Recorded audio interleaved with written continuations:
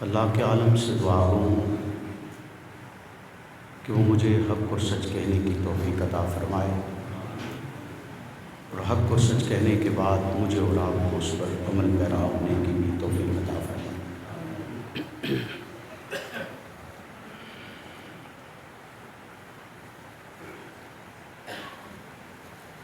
انسان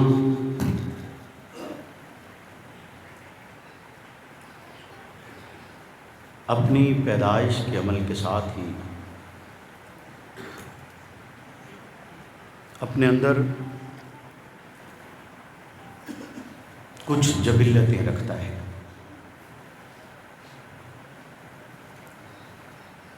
انسان کا وجود عناصر اربع سے ملا کر بنایا گیا،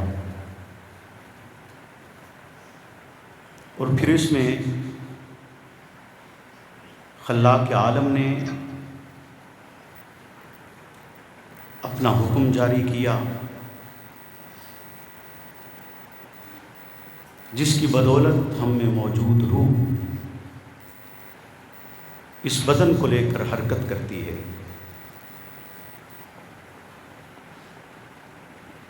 اور ان عناصر کی کیفیات کی بنیاد پر ہر فرد میں کسی نہ کسی ایسی خصوصیت کا پرتو موجود ہوتا ہے جو اس کے عناصر میں موجود ہے۔ کہ کوئی ایسا ہوگا کہ جس میں غصہ بہت زیادہ ہو، چونکہ انسانی وجود میں آگ کا حصہ بھی شامل ہے۔ کوئی ہوگا جو پانی کی طرح ٹھنڈا ہو، ہموار ہو، بہتا ہو۔ کسی میں لوگوں کے لیے خیر خواہی کا جذبہ اتنا ہو کہ وہ ہوا کی مانند ہر ایک کو محسوس ہو۔ کسی کی طبیعت عاجزی اور انکساری میں کمال کو پہنچی ہوئی ہوتی۔ چونکہ پہلے انسان کو آدم کہا گیا، اور اسی کی نسبت سے اس کائنات میں آنے والے تمام تر افراد آدمی کہلاتے ہیں۔ انسانی جبلت معاشرتی طور پر اپنے اندر بہت اثر رکھتی ہے۔ معاشرے میں اس بات کی انتہائی اہمیت سمجھی جاتی ہے کہ فرد طبعاً کیسا ہے، اس میں اخلاقی پہلو کتنے، اس کی طبیعت انسان کے ساتھ اچھا برتاؤ کرتی ہے یا برا برتاؤ کرتی۔ خلوص و ایثار، محبت اور مودت کے پہلوؤں کو انسانی طبیعت میں جانچا جاتا ہے۔ انہی پہلوؤں میں ایک پہلو وفا کا پہلو ہے۔ وفا دراصل تو فارسی زبان کا ایک لفظ ہے وفا، جس سے نکلا ہے۔ وفا کہتے ہیں بالوں کے ساتھ پیوست خشکی، لیکن اردو زبان میں اس کا لفظی اعتبار سے بھی بدلا ہے اور معنوی اعتبار سے بھی بدلا ہے۔ کہ وفا کا لفظ کو اردو میں وفا کہا گیا، اور معنوی اعتبار سے بھی اس کا مطلب اور مفہوم یکسر اس سے مختلف ہو گیا۔ کہ وفا کہتے ہیں ہمارے ہاں چونکہ اس کے لیے ہم شاید وفا کے اس معنی سے شاید آشنا بھی نہ ہوں، ہم یہ سمجھتے ہیں کہ وفا کا معنی ساتھ رہنا ہے صرف۔ وفا کا معنی محض ساتھ رہنا نہیں، وفا کے اندر بہت سے معنی پنہاں ہیں۔ وفا کا معنی عہد کا پورا کرنا بھی ہے، وفا کا معنی ساتھی ہونا بھی ہے، وفا کا معنی دوست ہونا بھی ہے، وفا کا معنی مخلص ہونا بھی ہے، وفا کا معنی تعمیل کرنا بھی ہے، وفا کا معنی تکمیل کرنا بھی ہے۔ تعمیل بات مانی جاتی ہے، تکمیل بات کو پورا کیا جاتا ہے۔ تو یہ لفظ اپنے اندر بے پناہ معنی رکھتا ہے۔ اسی لفظ کو استعمال کرتے ہوئے مصور پاکستان ڈاکٹر علامہ محمد اقبال نے اشعار کی شکل میں خلاق عالم سے ایک شکوہ پیش کیا، اور جب اس شکوے کی بنیاد پر اعتراضات لگائے گئے تو جواباً علامہ محمد اقبال نے ایک جواب شکوہ لکھا، اور اس جواب شکوہ میں انسانی طبیعتوں کو مد نظر رکھتے ہوئے ہر ایک پہلو کو واضح کرتے ہوئے اور یوں عنوان بنایا کہ خلاق عالم انسان کو یہ کہنا چاہتے ہیں، جو کہ قرآن و حدیث کی روشنی میں انہوں نے ایک جواب تشکیل دیا، اور اس میں وہ ایک شعر لکھتے ہیں کہ کی محمد سے وفا تو نے تو ہم تیرے ہیں، کی محمد سے وفا تو نے تو ہم تیرے ہیں، یہ جہاں چیز ہے کیا لوح و قلم تیرے ہیں۔ اس کو اگر آپ اس اعتبار سے دیکھیں کہ یہ خلاق عالم کی طرف سے ایک پیغام ہے، اور جیسا کہ قرآن و حدیث میں آیا بھی ہے کہ اگر آپ اپنی زندگی اس اسوہ حسنہ کے مطابق ڈھال لیتے ہیں جو رسول اللہ صلی اللہ علیہ وسلم کا اسوہ حسنہ ہے، تو آپ یوں سمجھیے کہ آپ نے اس کائنات کو فتح کر لیا ہے، اور اسی کے مطابق ایسا ماحول پیدا ہوتا ہے کہ جس ماحول کے تحت آپ جو چاہتے ہیں اور وہ ہو جاتا ہے۔ لیکن یہاں کوئی انسان یہ سمجھے کہ شاید انسان جس چیز کی خواہش کرتا ہے وہ ہو جائے، تو ہو سکتا ہے کہ وہ کوئی ناجائز خواہش رکھتا ہو، کوئی بری خواہش رکھتا ہو، تو وہ بھی ہو جائے گی۔ جس وقت انسان محمد سے وفا کر لیتا ہے، وفا کا معنی یہ ہے کہ آپ اسوہ حسنہ کی تعمیل بھی کرتے ہیں، اس کے راستے اور طریقے پر بھی چلتے ہیں، تو پھر ممکن نہیں ہے کہ آپ میں بری خواہشات جنم لیں۔ اس لیے اس سے کوئی اور معنی سمجھنا مناسب نہیں ہے۔ آج کا یہ جمعہ جو کہ ہمارے محترم بھائی شیخ تنویر صاحب کی پرخلوص دعوت پر پڑھانے کا شرف حاصل ہو رہا ہے، اس میں میرے بھائی حیدر رحیمی صاحب نے جب اس کا فلیکس لگایا تو اس پر ایک عنوان لکھا، اور اس لمحے میں انہوں نے مجھ سے مشورہ نہیں کیا تھا، خود سے لکھ دیا، اور میں نے یہ سمجھتے ہوئے کہ یہ مسجد حاضہ کے انتظامیہ کی ایک خواہش ہے تو اس کی تعمیل کو میں نے یہ سمجھا کہ مجھے کی جانی چاہیے، کرنی چاہیے۔ عنوان انہوں نے لکھا کہ حضرت ابوبکر صدیق رضی اللہ تعالیٰ عنہ کی شان بابرکات کو بیان کیا جائے گا، جس کو مد نظر رکھتے ہوئے میں آج کی اس گفتگو کو اس عنوان کے ساتھ ذکر کرنا چاہتا ہوں کہ کی محمد سے وفا تو نے تو ہم تیرے. اور یہاں اس لفظ کو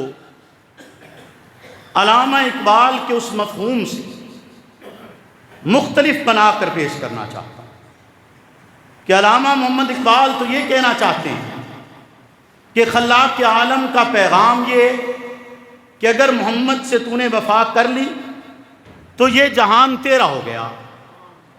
اسی طرح ہم یہ عہد کرنا چاہتے ہیں، وفا کے معنی کو اس طرح پورا کرنا چاہتے ہیں اور یہ مطلب بیان کرنا چاہتے ہیں کہ جن افراد نے محمد سے وفا کر چھوڑی ہم ان کے. تو جیسا کہ اس سے قبل میں نے آپ کے ہاں یہیں اسی مسجد میں گفتگو کی تھی اور جس کا عنوان تھا صدیق کے لیے ہے، اسی طرح میں آج آپ سے یہ خواہش رکھوں گا کہ جس لمحے میں اس لفظ پر پہنچوں یا میں یہ لفظ ادا کروں اور اس کو میں تھوڑا مختلف انداز سے ادا کروں کہ محمد سے انہوں نے وفا کی ہے، تو آپ جواباً یہ ضرور کہیں گے کہ ہم تیرے ہیں. کہ اگر آپ کو یہ بات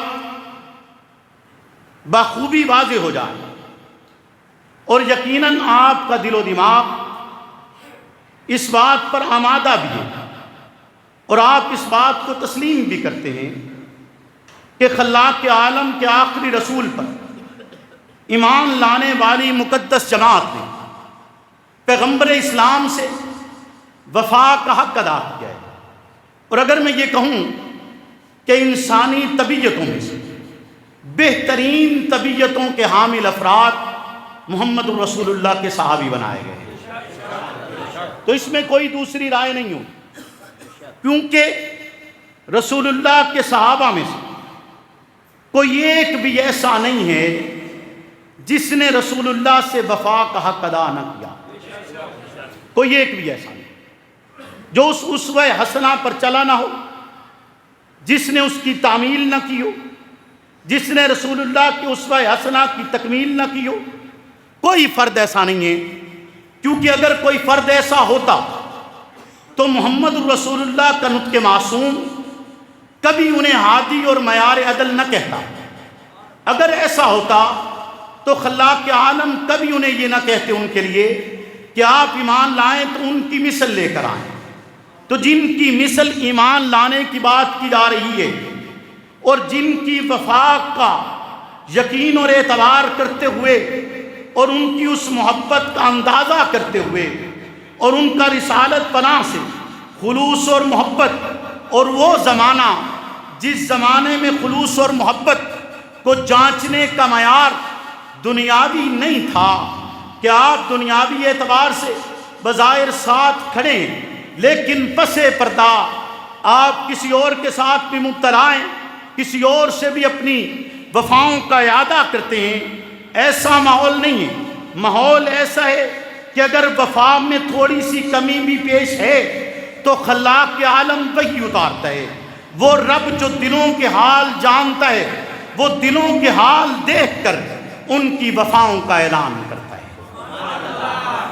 تو وہ مقدس جماعت یقیناً اس کائنات کی بہترین جماعت ہے جو انبیاء کے بعد اتنی بہترین اور اتنی کامل ہے کہ جس کے لیے پیغمبر ہادی کا لفظ استعمال کرتے ہیں، جس کو پیغمبر مہدی بتلاتے ہیں کہ یہ امت کے ایسے افراد ہیں کہ ان کی راہبری اور رہنمائی آپ کو ہدایت کے راستے پر گامزن کرے گی.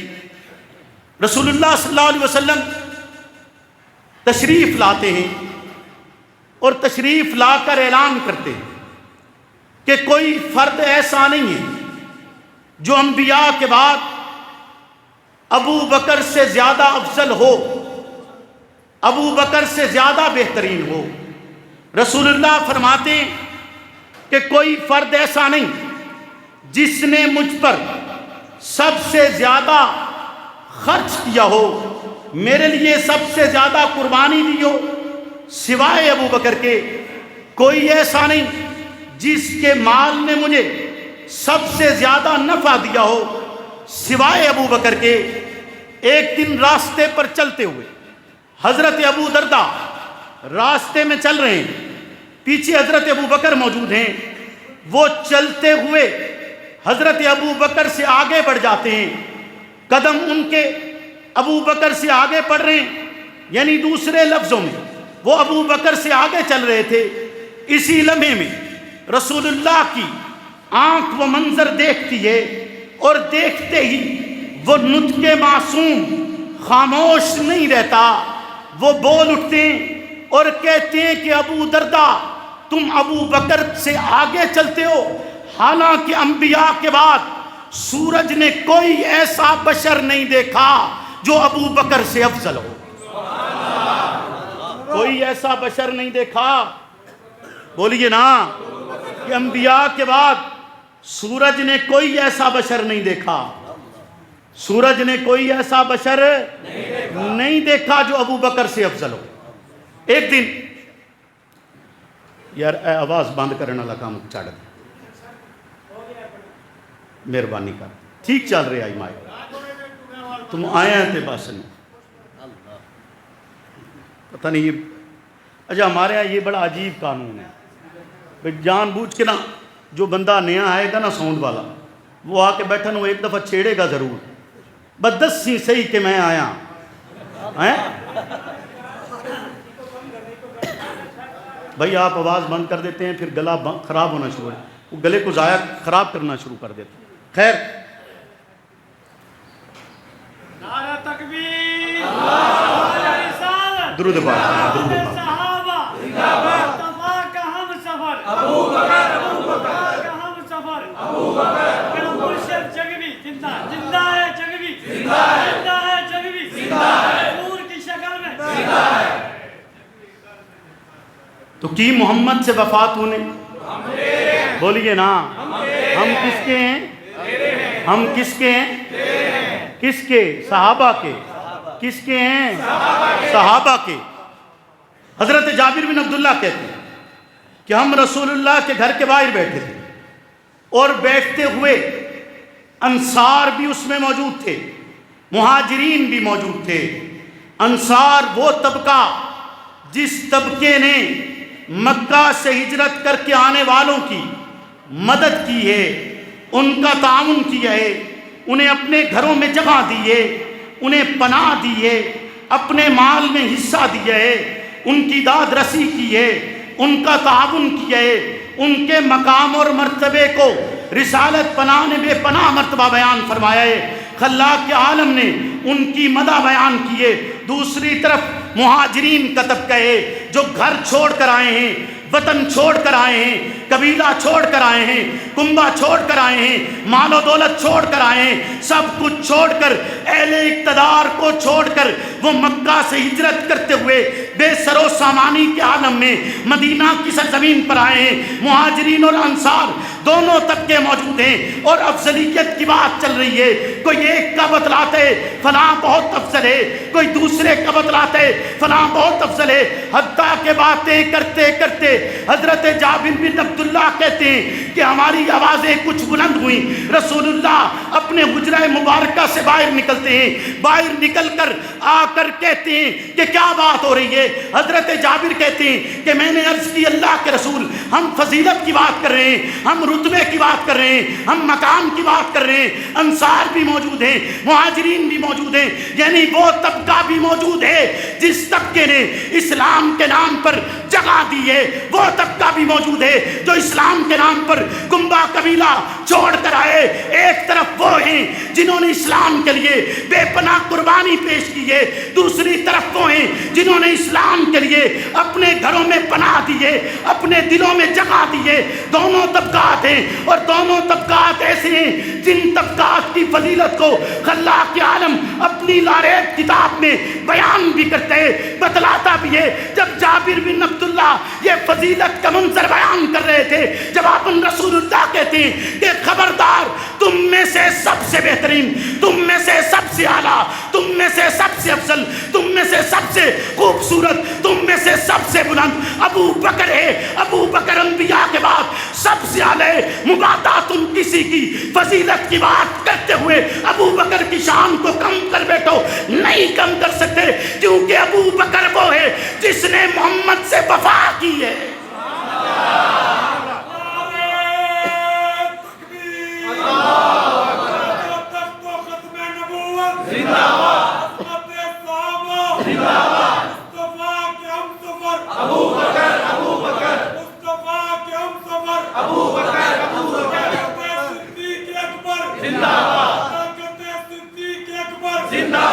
حضرت جابری کہتی ہیں کہ ایک دن رسول اللہ صلی اللہ علیہ وسلم نے ارشاد فرمایا کہ ابھی مسجد میں وہ شخص داخل ہوگا جو شخص اس امت میں انبیاء کے بعد سب سے افضل ترین فرد ہے۔ اسی لمحے میں وہ کہتے ہیں پل بھی نہیں گزرا، لمحہ بھی نہیں گزرا کہ ابو بکر مسجد میں داخل ہوتا ہے، اور ابو بکر وہ فرد ہے جس لمحے میں رسول اللہ نے اعلان کیا۔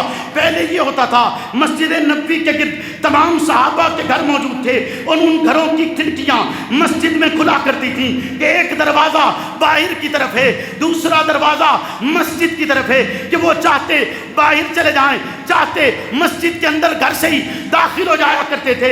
رسول اللہ اعلان کرتے ہیں کہ آج کے بعد تمام کھڑکیاں بند کر دی گئی ہیں، کوئی کھڑکی اب مسجد کی طرف نہیں کھلے گی سوائے ابو بکر کی کھڑکی کے، جو مسجد کے اندر ہی کھلے گی جیسے پہلے کھلتی تھی۔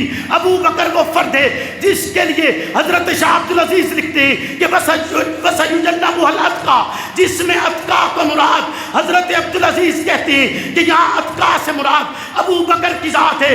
ابو بکر وہ فرد ہے جس کو اتقا کہا گیا ہے۔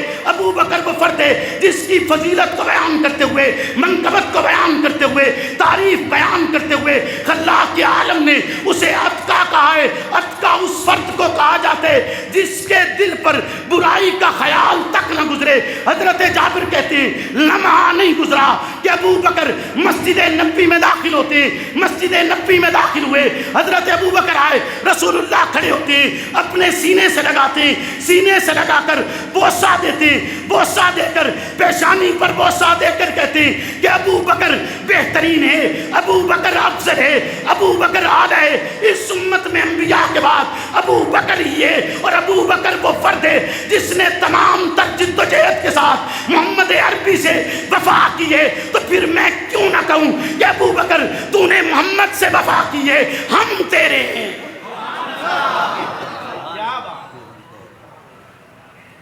تو نے بولیے نا، ہم کس کے ہیں؟ کس کے ہیں؟ اونچا بولیے، اونچا۔ یہ آکھنا آسان ہے، عمل کرنا اوکھا ہے۔ بولو نا، یہ خالی نعرے نال پورا نہیں ہونا، خالی نعرے نال جلوس کڈن نال پورا، جلسے کرن نال پورا، بولو اس گل نالے پورا، اس طرح اس پورا نہیں ہونا۔ اگر آپ واقعی صحابہ کے ہیں تو آپ کو کردار بھی پیش کرنا پڑے گا۔ کردار دی گل یاد ہے کہ نہیں یاد؟ پچھلے جمعے آکھی ہے یاد ہے؟ بولو نا، یاد ہے نا کہ کردار تو بغیر صحابہ دا غلام بھی نہیں ہو سکتا، ہاں جی؟ یا ہو سکتا ہے جی؟ کردار دا نا ہے نا، صحابہ بھی کردار پیش کیتا ہے، بولو نا۔ حضرت جعفر صادق فرماتے ہیں، نقل کرتے ہیں اپنے والد سے، حضرت باقر سے، وہ نقل کرتے ہیں حضرت زین العابدین بن حضرت حسین سے، کہتے ہیں کہ ایک شخص آیا حضرت زین العابدین کے پاس اور آ کر کہا، اب حضرت زین العابدین کا زمانہ یاد رکھیے گا کہ ان کا زمانہ کون سا ہے؟ کربلا کے بعد کا۔ کون سا زمانہ ہے؟ کربلا کے بعد کا۔ یعنی اگر یہ کہا جائے کہ آل بیت پر جتنے ستم ہوئے وہ اس لمحے تک بے شمار ہو چکے تھے، جیسے بیان کیا جاتا ہے، ایسے یہ حضرت زین العابدین کے پاس آیا، آ کر کہتا ہے کہ آپ ابو بکر کے بارے میں کیا کہتے ہیں؟ جواباً حضرت زین العابدین ابو بکر نہیں کہتے، ابو بکر نہیں کہتے، ان کا نام جو اسلامی ہے عبداللہ نہیں کہتے، ان کی کنیت ابو قحافہ کا ذکر نہیں کرتے. توجہ ہے میری گل؟ بولو نا، توجہ ہے؟ نہیں کرتے، بلکہ کہتے ہیں کہ صدیق کی بات کرتے ہو. بولو نا، کیا کہتے ہیں؟ کہ صدیق کی بات کرتے ہو. جواباً وہ شخص کہتا ہے کہ آپ بھی ابو بکر کو صدیق کہتے ہیں. توجہ ہے؟ آپ بھی ابو بکر کو صدیق کہتے ہیں. وہ کہتے ہیں ہاں، اور نہ صرف یہ کہتا ہوں بلکہ یہ بھی کہتا ہوں کہ صدیق کا قرب حاصل کرو، صدیق کا قرب حاصل کرو، اس سے محبت کرو، یہ محبت تمہاری نجات کا ذریعہ ہے، یہ محبت تمہاری نجات کا ذریعہ ہے. مرض الوفات میں حضرت ابو بکر مرض الوفات میں خواب دیکھتے ہیں. رسول اللہ تشریف لاتے ہیں، خواب کے عالم میں تشریف لائے. آپ نے 2 سفید چادریں پہنی ہوئی تھیں. جب قریب آتے ہیں، قریب آئے تو وہ سفید چادریں سبز رنگ میں تبدیل ہو گئیں. ابو بکر کہتے ہیں کہ میں نے اتنی زیادہ چمک اپنی زندگی میں پہلے نہیں دیکھی جتنی اس لمحے میں موجود تھی. رسول اللہ آ کر ابو بکر کے سینے پر ہاتھ رکھتے ہیں. ابو بکر کہتے ہیں میرے سینے میں ٹھنڈک پھیل جاتی ہے. پھر رسول اللہ کہتے ہیں کہ ابو بکر ابھی بھی ملاقات کا وقت نہیں آیا، ابھی بھی ملاقات کا وقت نہیں آیا. ابو بکر رونا شروع کر دیتے ہیں، روتے چلے جاتے ہیں، حتیٰ کہ رونے کی آواز آپ کے گھر میں سنی جاتی ہے. گھر والے آ جاتے ہیں اور آ کر کہتے ہیں کہ کیا ہو گیا ہے آپ کو؟ ابو بکر کہتے ہیں کہ جس لمحے میں سرکار اس دنیا سے رخصت ہو گئے پھر میرے لیے دنیا باقی نہیں بچی، وجود ختم ہو گیا. میرا دل یہ چاہتا تھا کہ کاش میں اس زمین پر موجود نہ ہوتا، مکانوں کی وسعت میرے لیے تنگ ہو گئی تھی. ابو بکر کہتے ہیں کاش ایسا ہوتا، پیغمبر کے جانے سے قبل ابو بکر زمین کے نیچے ہوتا، منو مٹی کے تلے ہوتا. کاش ایسا ہوتا کہ حضور سے پہلے اس دنیا سے رخصت ہو جاتا.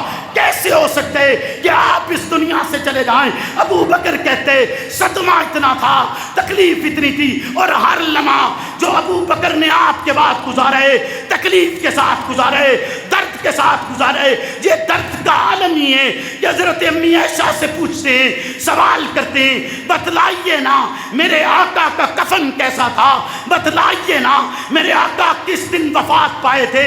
کیونکہ ابو بکر چاہتا یہ خواہش یہ رکھتے کہ میری وفات بھی اسی دن ہو جس دن سرکار اس دنیا سے رخصت ہوئے، اور میرا لباس بھی، میرا کفن بھی ویسا ہو جیسا سرکار کا تھا.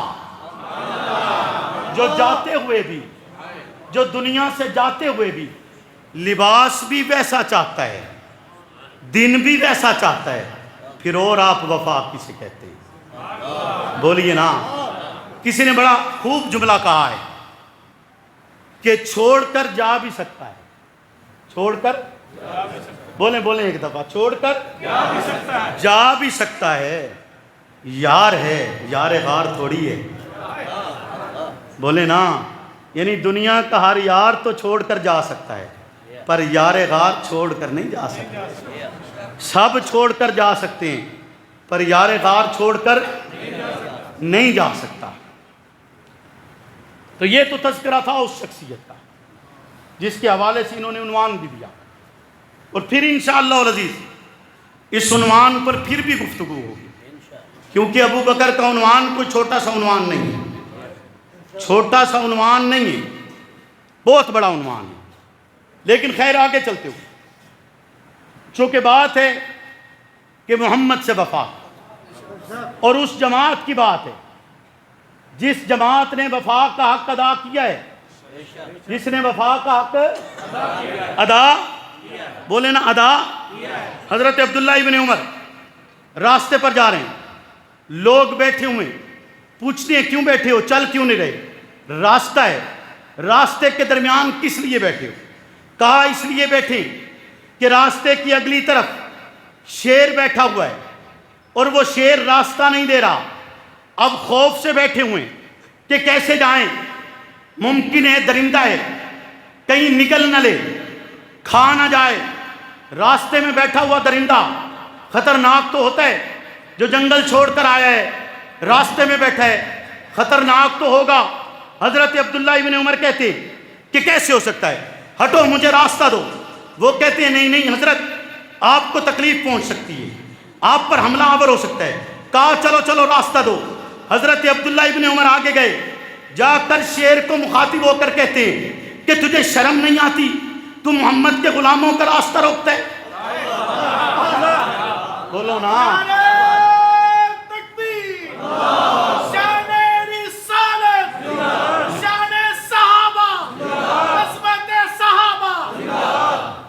تو محمد کے غلاموں کا راستہ روکتا ہے، تو جواباً آپ کا کیا خیال ہے کہ شیر راستے پر بیٹھا رہا ہوگا؟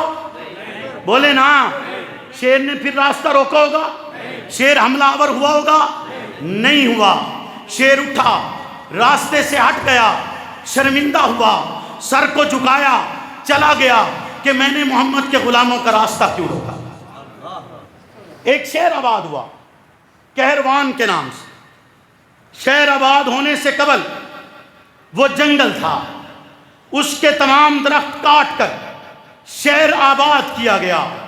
لیکن جس لمحے درخت کاٹنے کا وقت آیا، وہ جنگل کوئی ایسا جنگل نہیں تھا کہ عام جنگل ہو جس کے اندر کوئی درندہ موجود نہ ہو، بلکہ وہ جنگل ایسا جنگل تھا جس میں دنیا کا ہر جانور پایا جاتا تھا۔ ایسا جنگل تھا جس میں تمام درندے پائے جاتے تھے۔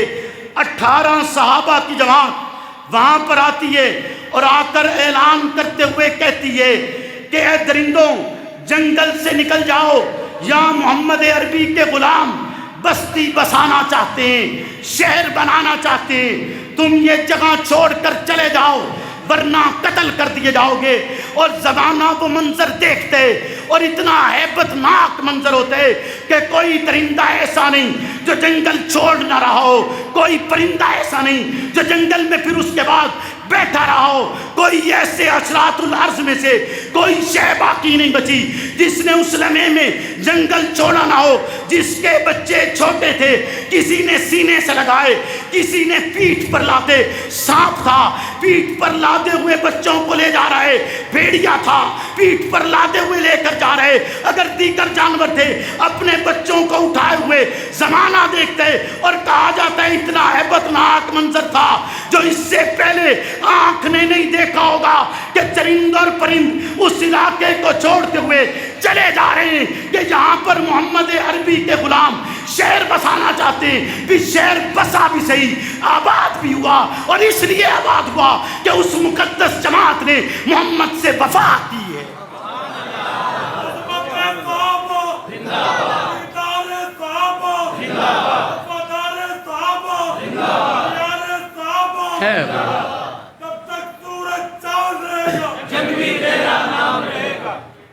توجہ ہے جی۔ مقام ہیرا میں لشکر اسلام آتا ہے، حضرت خالد بن ولید بیٹھے، لوگ آ کر کہتے ہیں جو ساتھ تھے کہ اجمی زہر بڑا خطرناک دیتے ہیں، بچ کے رہیے گا۔ حضرت خالد بن ولید کہتے ہیں کہ زہر لے کر آؤ، دیکھوں تو صحیح کہ اجمیوں کا زہر ہے کیسا، دیکھوں تو صحیح کہ اجمیوں کا زہر ہے کیسا۔ زہر لایا گیا، خالد بن ولید زہر بسم اللہ پڑھ کے پیتے ہیں۔ یقین دیکھ، توجہ ہے، یقین دیکھنا، یہ محمد کا صحابی ہے، بولیے نا، انہوں نے آقا سے وفا کی ہے، آقا سے وفا کی ہے، تو رب نے ان کے لیے کہا نا یہ جہاں چیز ہے کیا، لوح قلم تیرے ہیں، یہ لوح قلم آپ کے ہیں، اور لوح قلم سے مراد نہیں آپ سمجھے کہ یہ جہاں چیز ہے کیا، لوح قلم تیرے ہیں سے مراد یہ کہ جو چاہتے ہو لکھ لو. نہیں سمجھے؟ جو چاہتے ہو جیسی آخرت چاہتے ہو لکھ لو, جیسی دنیا چاہتے ہو لکھ لو, کیونکہ تم محمد کے غلام ہو. پھر لوح و قلم تمہارا ہے, جیسا چاہتے ہو ویسا ہو جائے گا. تو حضرت خالد بن ولید زہر پی گئے. اسی لمحے میں ایک راہب عبد المسیح نامی آیا, آ کر اس نے بھی زہر کا پیالہ دیا اور کہا کہ جو یہ زہر پی جائے وہ کبھی زندہ نہیں بچا. حضرت خالد بن ولید وہ زہر کا پیالہ بھی لیتے ہیں, بسم اللہ پڑھ کے پھر پی جاتے ہیں, پھر پی جاتے ہیں, اور جواباً ہوتا کچھ نہیں, تکلیف بھی نہیں ہوتی, تکلیف بھی نہیں ہوتی. وہ مسیح راہب کہتا ہے عیسائیوں سے کہ جو زہر اس طرح پی جاتے ہوں ان کے ساتھ جنگ کر کے تم کبھی جیت نہیں سکتے. ان کے ساتھ جنگ کر کے تم کبھی جیت نہیں سکتے. اس لیے ان سے جنگ مت کرنا. انہوں نے صلح کی, اپنا علاقہ صحابہ کے حوالے کیا, اور صحابہ بغیر لڑے فاتح قرار پائے, کیونکہ محمد سے وفا کی ہے نا. بولیے نا, محمد سے وفا کی ہے. تو جو محمد سے وفا کرے, اونچا اونچا بھول گئے ہو, بھول گئے ہو, سوچی پہ جاندے ہو لگتا ہے جی. آج ویسے آج کل کا نا بڑا عجیب دور ہے. پہلے ہوتا تھا کہ سوچے بغیر بولتے, آج کل پھر زمانہ آیا سوچ سوچ کر بولتے, اب سوچ کر بھی نہیں بولتے.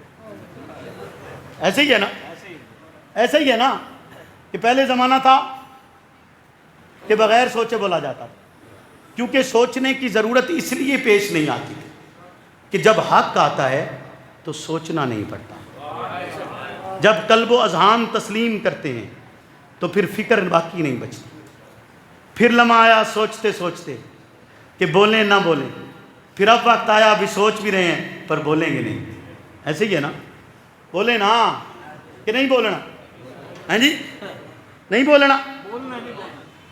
حضرت الہ بن حضرمی لشکر اسلام کے ساتھ آئے, نوافل پڑھے, سمندر کے کنارے, راستے میں سمندر ہے, کشتیاں موجود نہیں ہیں, کشتیاں موجود نہیں ہیں. لشکر اسلام کو کہا کہ گزر جاؤ, لشکر اسلام کو کہا کہ سمندر میں سے گزر جاؤ.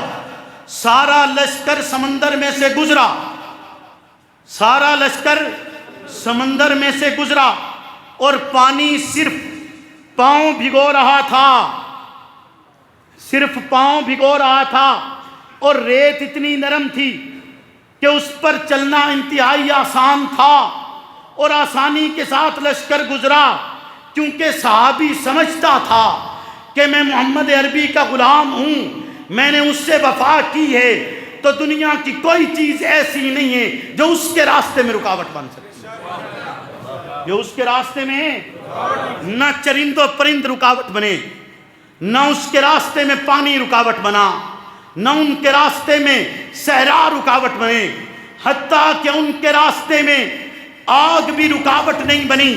حضرت تمیم داری کہتے ہیں کہ مدینہ کے غار سے آگ نکلی. حضرت عمر بن خطاب نے اپنی چادر دے کر کہا کہ تمیم جائیے اور اس آگ کو واپس پلٹا دیجئے. تمیم اس چادر کو لے کر جاتے ہیں, کہتے ہیں جیسے چادر میں اس کے قریب لے جاتا جا رہا تھا ویسے ویسے آگ پیچھے ہٹتی چلی جا رہی تھی. آئے وہ صحابہ جن کی چادر کو بھی آگ نہیں جلاتی, ان کا وجود کتنا مقدس ہوگا, ان کا وجود کتنا اعلیٰ ہوگا, ان کا وجود کتنا بہترین ہوگا, ان کی طبیعتیں کتنی اعلیٰ ہوگی, انہیں کس شاندار سانچے میں اللہ کے عالم نے ڈالا ہوگا کہ وہ طبیعتیں محمد عربی پر ایمان بھی لائی ہیں, پھر محمد عربی کے جانثار بھی بنے ہیں, پھر آپ سے وفا بھی کیے, اور وفا ایسی کر چھوڑی ہے کہ زمانے میں اس جیسی وفا پھر کوئی پیش کر ہی نہیں سکتا, پھر کوئی پیش کر ہی, بولیے کر سکتا ہے کوئی؟ بتائیے نا, کوئی ہے کہ جن کی چادروں کو آگ نہ جلائے؟ کوئی ہے کہ جو خط لکھ دے تو نیل روانی پہ جاری ہو جائے؟ بولیے نا، کوئی ہے جو آج درے مارے اور زمین کانپنا چھوڑ دے؟ بولے نا، کوئی ہے جو علاقوں میں جائیں اور علاقے خود بخود فتح ہو جائیں؟ بولیے، ہے کوئی ایسا؟ لیکن بنا جا سکتا ہے۔ انہوں نے طریقہ بتلایا ہے کہ اس راستے پر چلو گے تو دنیا کی کوئی شے تمہیں کچھ نہیں کہے گی، دنیا کی تکلیفیں تمہیں کچھ نہیں کہیں گی۔ بولیے نا، دنیا کی تکلیفیں تمہارے لیے راحت بن جائیں گی، دنیا کی تکلیفیں تمہارے لیے، بولیے نا، تکلیفیں تمہارے لیے راحت بن جائیں گی۔ اور ایک بڑے مصنف نے یہ بات بھی لکھی کہ دنیاوی طور پر جن کو کچھ تکلیفیں پہنچتی ہیں، دنیاوی طور پر جنہیں کچھ تکلیفیں پہنچتی ہیں، انہیں آخرت میں کوئی تکلیف نہیں پہنچے گی، انہیں آخرت میں کوئی تکلیف نہیں پہنچے گی۔ کہ جو اللہ کے بندے بھی ہیں، اللہ کی بات مانتے بھی ہیں، اس کے راستے پر بھی چلتے ہیں، ممکن نہیں ہے، کہتے ہیں کہ اللہ انہیں آخرت میں سزا نہیں دے گا، تکلیف نہیں دے گا، کہے گا کہ انہوں نے دنیا میں میرے نام پر بہت تکلیفیں برداشت کی ہیں۔ بولیے نا، میرے نام پر ایسے ہی ہے کہ نہیں ہے؟ اور میں آخری بات، چونکہ میرا وعدہ تھا انتظامیہ مسجد سے کہ 3 بجے ہم ختم کر دیں گے، شروع جتنے بجے بھی کریں گے پر 3 بجے ختم کر دیں گے، تو اس وعدے کے مطابق میں آخری بات آپ سے عرض کرنا چاہتا ہوں، اور کہنا بھی اس لیے چاہتا ہوں، ضروری بھی اس لیے سمجھتا ہوں، اور اسی منبر و محراب سے کہہ رہا ہوں جس منبر و محراب سے امیر عظیمت علامہ حق نواز شہید نے اس آواز کو بلند کیا تھا، اسی منبر و محراب سے ان کے حقیقی وارث ہونے کے اعتبار سے آپ سے کہنا چاہوں گا کہ ہمارے لیے انہوں نے 2 راستے متعین کیے تھے۔ راستہ ایک ہی تھا، طریقے 2 تھے کہ دونوں ہی اختیار کرنے، اور دونوں کو اختیار کر کے آپ نے اس منزل مقصود تک پہنچنے، اس مقام تک پہنچنے جو مقام وہ چاہتے تھے، اور جو وہ چاہتے تھے کہ پاکستان کی سرزمین اسلام کے نام پر بنائی گئی سرزمین، اسلام کی بنیاد پر بنائی گئی سرزمین، اسلام کے طریقے پر بنائی گئی سرزمین، لا الہ الا اللہ کے بنیاد پر بنایا گیا یہ ملک اسی اسلوب پر گامزن ہو، اسی راستے پر چلے، اسی طریقے پر چلے جو راستہ امیر عظیمت نے مجھے اور آپ کو بتلائے۔ اور وہ راستہ کون سا تھا؟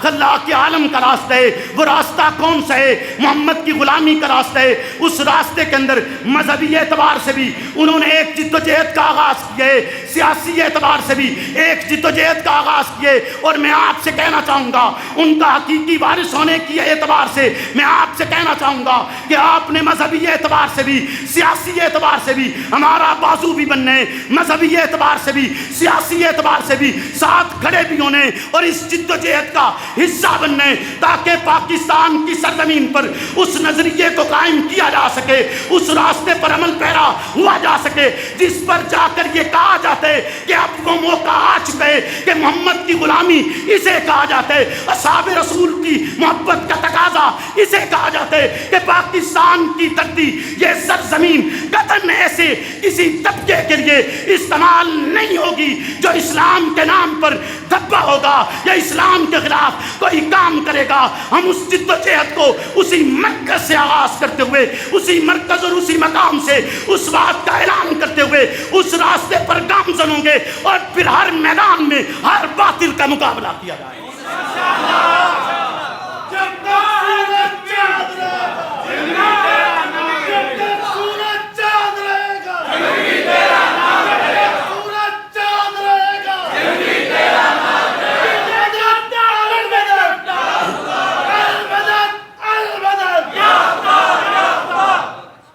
اور ساتھ ہی ساتھ میں ڈی پی او جھنگ سے کہنا چاہوں گا کہ ڈی پی او صاحب، آپ کو ایک ذمہ داری ملی ہے، اور اس ذمہ داری کی بنیاد پر آپ اس شہر میں آئے ہیں، لیکن آئے دن چوری اور چکاری، آئے دن لوٹ مار، آئے دن موبائل سنیچنگ، آئے دن ڈاکوؤں کا اس طرح حملہ آور ہونا، یہ قطعاً مناسب نہیں ہے۔